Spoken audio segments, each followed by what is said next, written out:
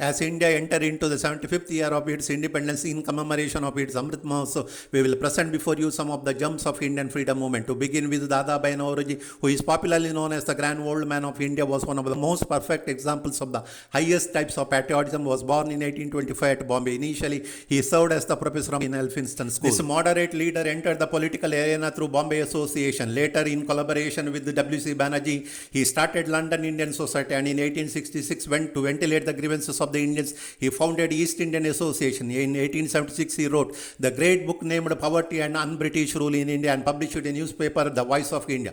In 1886, he was elected as the president of the Indian National Congress. After this, he till his death in 1917, he involved himself in the freedom struggle of India. In 1891, he was elected as MP from the Finsbury constituency to the British Parliament. Throughout his life, he served India and its people. Mahatma Gandhi said, Dadabhai became a real Dada. Dadabhai served the motherland with undeviating purpose and with vitality of faith.